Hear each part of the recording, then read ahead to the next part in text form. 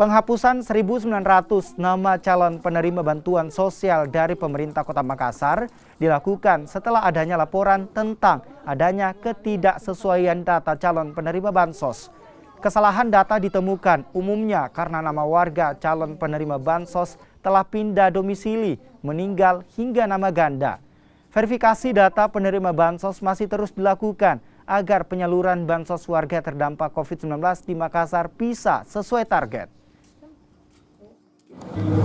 Kalau di Kecamatan Tamalate kemarin untuk verifikasi data ya, untuk dari Dinas Sosial memberikan kami data kurang lebih 2.568 orang.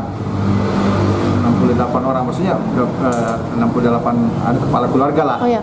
Tetapi jumlah data yang layak itu sekitar 674. Jauh sekali ya. Jauhnya Pak.